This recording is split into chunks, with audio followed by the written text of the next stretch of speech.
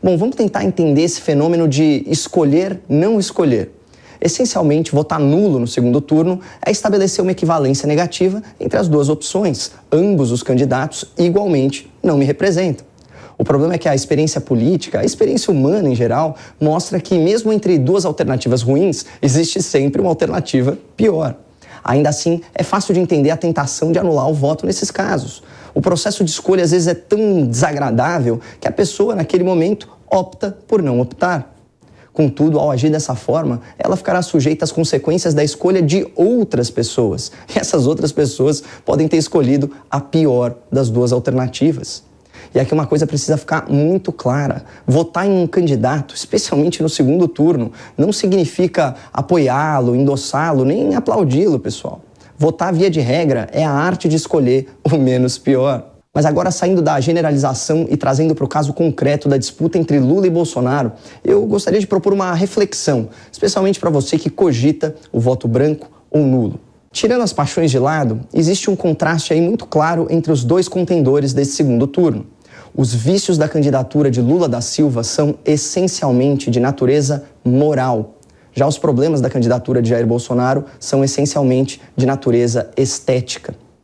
Vamos a um exemplo prático sobre questões humanitárias gravíssimas do nosso passado recente. Enquanto Lula da Silva deportou atletas cubanos que buscaram refúgio, deu asilo a um terrorista de extrema esquerda, financiou regimes autoritários na África e na América Latina e mantém aí relações de amizade com líderes que violam direitos humanos, lá em 2016, o Bolsonaro elogiou em um discurso na Câmara Federal um torturador ou suposto torturador do regime militar.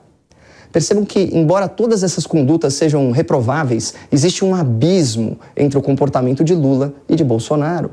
O erro de Bolsonaro é de natureza estética, foi uma fala ofensiva à democracia. Já os erros de Lula são de natureza moral, são condutas ofensivas à democracia. Analisando racionalmente, todo mundo sabe que ações valem muito mais que palavras, mas a conexão ou a repulsa que nós desenvolvemos em relação a um candidato não é um fenômeno lógico-analítico, é um fenômeno predominantemente emocional. E no emocional, as questões estéticas, o tom, a forma de comunicar, os artifícios da propaganda, bom, tudo isso tem mais peso. Não é à toa que muitos artistas, que são aí pessoas mais sensíveis, com o lado emocional mais aflorado, formam a sua opinião política com base em critérios estéticos. O mesmo vale para pessoas mais jovens, que em razão da sua pouca idade, da sua pouca experiência, tendem a ser mais impressionáveis. O resultado de tudo isso é que muita gente detesta Bolsonaro com a mesma intensidade que repudia Lula, sem perceber que está estabelecendo uma falsa equivalência entre estética e moral. E não apenas uma falsa equivalência entre falas e condutas, também uma falsa equivalência entre acusações e condenações e outra falsa equivalência entre exceção e regra. É o caso, por exemplo, do tema da corrupção, que era a regra, era o modus operandi no governo do PT. Nunca existiu nada remotamente parecido com a cleptocracia petista, que subornava o Congresso com dinheiro sujo do mensalão e comprava as eleições com o propinoduto do Petrolão. Comparar isso com suspeitas de rachadinha de gabinete, narrativas de orçamento secreto, chega a ser intelectualmente desonesto. E a prova simbólica desse argumento é o endosso do Sérgio Moro e do Deltan Dallagnol à candidatura de Jair Bolsonaro. Vamos combinar que seria muito estranho dois ícones do combate à corrupção apoiarem um candidato essencialmente corrupto. Como nós vimos, uma falsa sensação de equivalência entre vícios morais e falhas estéticas pode confundir o eleitor e levá-lo ao voto nulo. Mas existe outro fator determinante para esse fenômeno da anulação de votos em massa no campo da direita.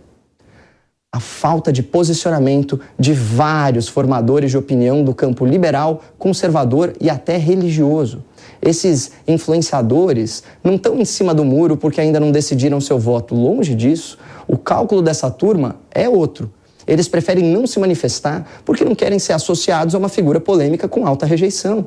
Assim, pelo seu silêncio, até um tanto egoísta, eles acabam legitimando a falsa equivalência entre as candidaturas. Para esses formadores de opinião sem opinião, o fracasso do país não representa uma ameaça tão grande, porque a partir de um certo nível de patrimônio pessoal e sucesso profissional, você fica mais blindado dos efeitos nocivos de um governo ruim. Quem vocês acham que vai sofrer mais na mão de uma cleptocracia bandidólatra e intervencionista do PT? O influenciador isentão ou o seu público que votou nulo? Quem entre eles pode morar em condomínio fechado e contratar segurança particular, plano de saúde, ensino privado para os filhos? Quem entre eles sente mais o impacto dos impostos, da inflação e do desemprego?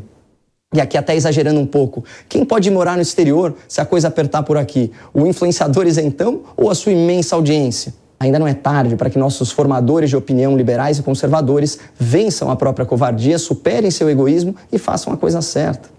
Olha só que belo exemplo esse do empresário Roberto Justus. Eu sempre achei que empresários deveriam se posicionar em momentos importantes do país. O que nós devemos decidir em breve não é apenas eleger quem mais admiramos ou rejeitar quem odiamos, quem fala o que deve ou se porta de forma mais adequada. Não é isso não. De um lado nós temos um grupo de pessoas que perdoa a corrupção, mas não aceita frases mal colocadas, que não apresenta proposta de governo, mas exige fidelidade cega. Do outro, alguém que muitas vezes é infeliz nas suas colocações, mas que luta pela liberdade individual. Enquanto o time do Lula acredita num governo grande e protetor, o outro lado busca reduzir o Estado e tirá-lo das costas de cada um de nós. Escolher um ou outro lado significa mais ou menos impostos, mais ou menos burocracia, mais ou menos controle da mídia, mais ou menos liberdade de empreender. Eu prefiro muito mais um cenário com liberdade individual, de incentivo ao empreendedorismo, de privatização das estatais ineficientes, de redução da carga tributária e, obviamente, de menos corrupção. Eu não concordo com tudo que o Bolsonaro diz e faz, mas eu discordo de tudo que o Lula pretende fazer. Iniciativas como essa do Roberto Justus são dignas de aplauso e deveriam ser copiadas às centenas. E reparem como o empresário também separa as falhas de natureza estética de Bolsonaro dos vícios morais da candidatura de Lula. Mas, além de tudo isso, que não aceite como normal o que é inaceitável moralmente. Se nós votarmos em alguém que foi condenado em 3 instâncias e apenas se tornou candidato graças à anulação da sua condenação por firulas jurídicas e que claramente não foi absolvido dos seus crimes, será muito difícil olhar para os nossos filhos e netos de cabeça erguida. Mais importante que uma eleição é o risco de comprometermos o juízo de valor de toda uma geração. Espero que o programa de hoje seja uma ferramenta de persuasão para que influenciadores, eleitores abandonem a falsa ideia de que existe uma equivalência moral entre as duas candidaturas em disputa nesse segundo turno. Falando a real, o voto nulo apenas terceiriza a responsabilidade por escolhas desconfortáveis. E como disse Ayn Rand, você pode até ignorar a realidade, mas não pode ignorar as consequências de ignorar a realidade. Muito obrigado, não percam a esperança no Brasil e fiquem com Deus.